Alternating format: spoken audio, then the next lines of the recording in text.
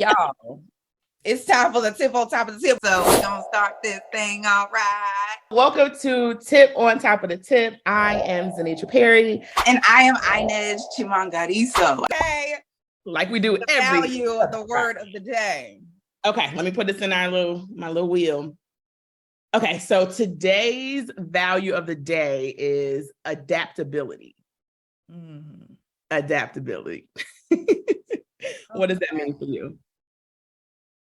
Adaptability. So for me, and I feel like adaptability to me means being able to like go with the flow, right? Like I consider, and even the flow and even the obstacles, right? Okay. Like, because sometimes things are going to flow and then sometimes things will be real bumpy, right?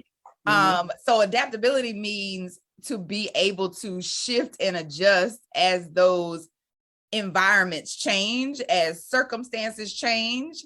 I feel like it's something that we've talked about on a couple of these episodes, like, allowing yourself to keep problem solving as problems arise, but also like, I consider myself to be a bit of a chameleon, right? Like, I feel like I can pretty much get in any room and be absolutely comfortable, but also fit in completely, right? And so to me, adaptability also has to do with being able to relate, in places that you maybe quote unquote don't belong, or people aren't used to seeing you, or you have never been before, right? And so I think it's really important, especially in your professional life, because it is having this value allows you to get into rooms, right, that people may not always let people like you into, but because you are adaptable and because you can relate and because you are a chameleon, people feel completely comfortable with you there and they don't even know why, right? They're like, oh, I don't even know why. She's supposed to be here. I just don't even know why I feel that way, right? So I think it's really important because I feel like it opens up doors for you. And I love that. I love this value for today, for the tip on top of the tip, because when you are adaptable and you are somebody who can flex and bend with the circumstances, the world also flexes and bends around you in some way. And so you're able to create new circumstances that maybe somebody who isn't as adaptable cannot create. Yeah. I love the piece that you had about getting you access to new rooms. Before I touch on that, when I thought about adaptability, for me, it is the ultimate release of control, right? It's like, I can't control everything. I'm not even going to try to. And because if I do, then I won't be adaptable, right? Mm-hmm. It's like, I don't know what's going to come, but I trust myself and know that I'm prepared. I'm flexible. To your point, I can go with the flow. I can hop over the obstacles, under the obstacles, work around the obstacles. But adaptability, to me, also represents continuing to press forward, right? Because the opposite of adaptability, is being rigid and inflexible, and like that almost seems too stationary for me. And so adaptability, there has to be movement in it. Like I said, you're going to have to duck under some obstacles. You're going to have to work around some obstacles. And so you're constantly in this space of moving, and to your point of going with the flow or creating the flow and being a part of the flow as opposed to being resistant to the flow. Mm-hmm. And then when I think about adaptability from a leadership perspective, it is so required, because if you aren't adaptable, especially if you're thinking about being a leader where you were formerly in a position, you got promoted to a new position. So you know how to do the old position, but now there's someone new in their role. If you're not adaptable, you would literally be micromanaging them for tasks that are not important to getting the job done, because you're so used to it being done one particular way. So adaptability from a leadership perspective allows space for your team to come in and tackle projects and handle them and do it in their way, right? You really have to release that control of exactly how you want things to be done, and allow space for people. I remember a not so adaptable leader that I once had when I was in accounting, and kind of taking over a project that they formerly did. And it would be like, hey, could you just make this bold? And I get, changing things so that certain things stand out to the eye, but like, I'm like, is this thing important? Like, why are we bold? And why is this the feedback that you're giving me if it's not going to enhance the overall deliverable? It's just how you like to see it. Right. And as leaders, it's real easy to get caught up in like, well, this is how I like it done. Right. And there's some space for that, right? Because some of it is part of the strategy, that is part of your methodology, but you have to be mindful to not get so caught up in the weeds of, telling your teammate every single step of the way. You have to allow them to bring, themselves into the space. So you have to be adaptable. You have to be flexible. This sheet that you created, this Excel sheet that tracks this thing that you did, and this process that you guys do that was amazing when you did it, may shift, may become something different if you are adaptable and allow your teams to come in and participate. So I think about it from a leadership perspective and like how important it is for you to be adaptable so that you can make space for your team. But then going back to what you were saying about allowing you to get into spaces where, they typically may not have let people like you in. So now it's not even about letting, you're breaking down those doors. To your point, like they don't even know why they like you because they haven't experienced anyone like you before. Probably because they had certain preconceived notions about what a thing is supposed to look like. It's their lack of adaptability that has prevented, different perspectives from being in the room. But now you get to be in this space because you are adaptable, and it forces everyone around you to be adaptable as well. So critical. Yeah, I was thinking about, you were talking about being resistant to change, right? And people's inadaptability, basically. Like, and one of the things that I think is most beneficial is when you are adaptable, you welcome change because you know that change is the only constant that we have, right? And so in welcoming change, you are also welcoming those new opportunities, right? And so I was thinking about like, sometimes other people aren't adaptable, but if you aren't adaptable, then you sometimes will retreat or retract or try to hide from or avoid, right? Change, right? Unbeknownst to you, like sometimes you don't even realize it. And I think the trait of adaptability almost is like, not only am I okay with the changes and I'm able to kind of move with them, but I'm actually going after them. Like, I'm like, I'm going after the circumstances that are rocky. I'm going after the things that may seem smooth. I'm going after the rooms I haven't been in, right? Because I embody this value of adaptability. And so I'm almost grasping for the change, right? Instead of kind of just waiting for it to come to me and affect me whenever it shows up. I'm just over here writing down because you're just over here just dropping. Take some notes because, honey, because we love alliteration over here. So when you were talking about before I get to your gym, the question that came up for me that I would love to ask in an interview question or just talking to people. How do you respond to challenge, change, and conflict? Those are going to be the three C's for the moment, right? So what we have to be mindful is that we don't retract, retreat, and avoid. Oh, Lord, come on. Those are your words. That's the truth. Because those are the situations where you have to be adaptable. Whenever you are in a space of conflict, there's obviously two opposing views or two opposing processes, two opposing solutions. How are you going to respond? Whenever a challenge comes your way, can you be flexible? Can you figure out how to work around this thing and then change, right? So those three C's absolutely require adaptability.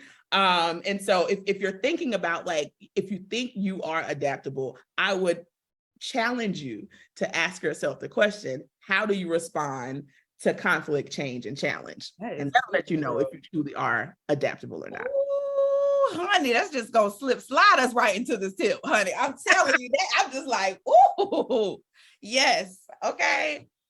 So give us a tip on top of the tip for today. Okay, so y'all, like, so the tip on top of the tip for today is, but I'm me. Okay. But I'm me. And so for me, as I was thinking about this, I was like, what? So some background, right? So a situation comes, right? And you are going after something that you want, or for instance, we were talking about some conflict, right? Comes up, like, and someone, or even sometimes yourself, someone imposes a limitation, like, that's just impossible to do, or I never seen that happen, or I never seen that work, right? And the response is, but I'm me. So Z, what does but I mean to you?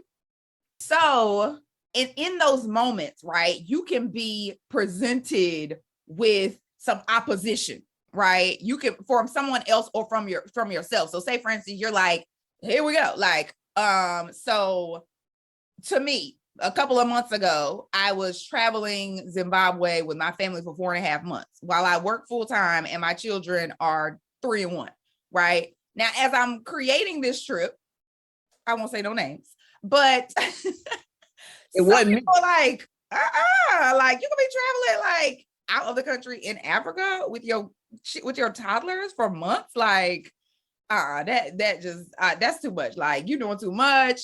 Or like, that's impossible. Or how you think gonna do that? How you gonna get the money for that? All of that, right? And so the response to that, both internal, it don't always have to be external response, is but I'm me, right? And so for me, but I'm me means your rules don't apply to me. They don't apply to me. Okay. I don't have, right?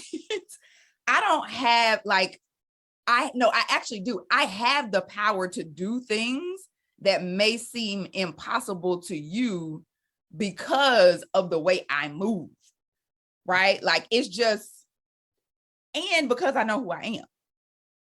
Okay. The high five, that's when I want to boom.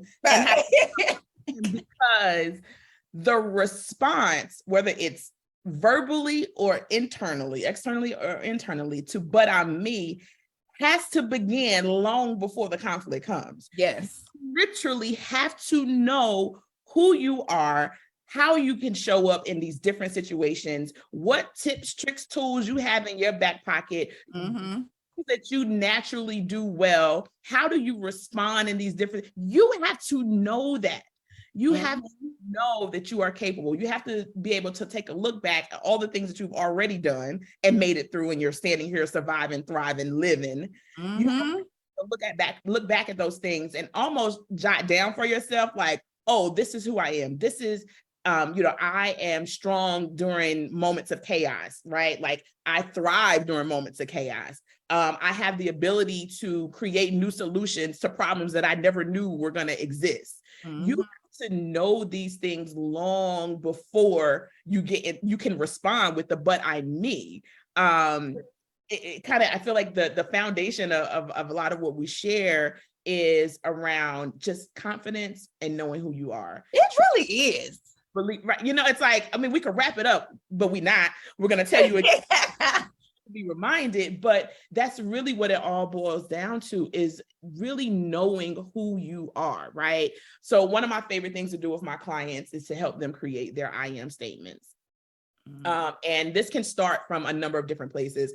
I will confess that I love every single personality self-assessment tool that's out there. I know some people don't believe in them, but I love them, even if it's just a starting place, because sometimes it's hard to figure out who you are, right? But by responding to these series of questions, whether it's something that's like, long-standing, like a Myers-Briggs, or even, an astrology one that comes up just on your social media, it gives you a place to say, yes, that's who I am, or no, I don't show up that way. Because none of these things are going to be able to tell you 100% who you are. But it gives you a starting point, and gives you some language that you can use to create your own I am statement. So my very first and, my longstanding I am statement is, I am a promoter of all things good and positive. Whether it's from jeans to Jesus, if it's good, I'm selling it. I'm telling you about it. go, right? And so that came from one of these assessment tools. It was one of the free ones, and I had the tag of promoter. And I was like, oh, like that really fits with who I am. Back in the day, I had my little artist that I was promoting, working in sales, Right. performing job. I'm About that. Like I am 100% a promoter. If I know my friend is doing something, trust me, I'm going to tell you about it because I am naturally a promoter. And I always have this super optimistic outlook on life. So I'm a promoter of all things good and positive. And so knowing that that's where I start from, like I bring that to every challenge. I bring that to every situation. I also know that I am a solution. That's my second one. So if problems do arise, I'm leaning into that. So anytime something comes up that challenges, that says like, this isn't possible, it can't be done, reminding me that it's never been done before, but I'm me. And then who is that me? The me is I'm a promoter of all things good and positive. I am a solution amongst other things that I am. I'm capable. I am trusting. I am a good person. I hope you know that you are a good person too. Honey. But yeah, I love the but I'm me. And I think you have to make sure that you start from a place of knowing who you are so that you can respond in these situations with like a simple but I'm me. Right. I was over here writing a note down because as you were talking about the self-assessments, first of all, I don't know if there are people who don't like the self-assessments. I'm like, but why? Okay. Because let me tell you, you cannot get to the things you're trying to get to if you cannot self-assess. Like it's at the root. Like if you are running on autopilot, not knowing who you are or how who you are is benefiting or to the detriment of you getting to the things that you want in your life, like it's really like a poison, right? I feel like it's like a poison to getting toward the things that you like the inability to self-assess. It's a poison. Like you have to be able to self-assess. And a lot of times, not even a lot of times, we are not taught to do that in school, right? In school, you are taught to learn and to memorize, right? And to test on what you learned and memorize. But it does not teach you to assess who you are and how who you are is contributing to either your ability to learn, your ability to memorize, your ability to test. Like this is a very important thing. Like, and there was two things I wrote down. One thing was if you don't like, assessments, then you could just look at your life because your life is telling you who you are, right? Like what you do or don't have is telling you who you are. When you think about like, I always talk about thoughts and feelings and actions, right? And the thoughts are the sentences in your mind and they're creating the life that you have. So the I am statement that you have in your mind is creating the life that you have, right? And so if you're somebody who isn't really into the test, like make sure that you're looking at your life because at the root of but I'm me is the life that I have led, right? There have been obstacles that other people have said I can't do or that they would not even approach, right? And I have approached them and they have worked out and they have gone in my benefit and just all of the things. So my life has been telling me who I am. And other thing is I need you to help me with my I am statement because I need one of them too. Okay. But that's a side note. Also, there is at the root of it is knowing your identity and not who you are based on who you're tied to, right? So not who you are in your family, not who you are at your job, not who you are at your marriage, right? Like not who you are in your friend circle, but who you are regardless of the circumstance. It doesn't matter, like who you are, period. And knowing that piece is really what is going to allow you to lean into the but I'm me. Because when somebody brings to you the impossibility, you can really lean into the identity of, my life has told me one thing, but I also just know who I am at the core, regardless of this circumstance or this conflict that you have brought to me. Like identity is not based on anybody else. It's based on just you. No circumstance can change it. right? So if you haven't assessed who you are and what that is for yourself, then you can't move in the but I'm me energy. Right. And so two things came up for me. One, a lot of times people don't like the assessments because they feel like the assessments get it wrong. Just keep in mind, you put those answers in, baby. So if what's coming out isn't a reflection of who you want to be, then you may even want to take the assessment again and really look at the questions and how you're answering them, because the assessment is literally spitting out based off of what you told them. Okay. So there's the assessment could get it wrong based off of your answers, but then also there are times where our life shows us that we're not who we want to be, or who we think we are, or who we want to be. And that is an opportunity for you to change those things so that you can become more of that person that you want to be. Just because your life has told you that, problems are going to come up and that you're going to make the wrong decision because you did this wrong, you also have the opportunity to change that. And that's where the people you kind of surround yourself with can help you. Who do you have that you can trust to go to and ask them a question whenever you need help with something? Because I hope you're not out here doing it by yourself. It's probably a reason why you are where you are. And I'm talking to me right now because I'm trying to get it done by myself, but I am unlearning this extreme independence that I've had, self-created, and leaning more into my circle. But who is surrounding you? Who is your circle? Even checking in with the people who are around you and be like, how would you describe me? Because there are some people who are around you, maybe you can't get to it on your own. Ask those folks around you. That's another way of getting this kind of self-assessment and understanding who you are. And I hope that you are surrounded by positive people who can see the good in you and can remind you of those things. But again, if not, if you don't have anyone to tell you you are good at X, Y, and Z, then it's time for you to find some more people to be around, right? It's change your circle. So I want to just be mindful of the fact that sometimes these self-assessments, our life, and even the people around us give us feedback that doesn't align with who we think we are, who we want to be. And so we can use that as a starting place too.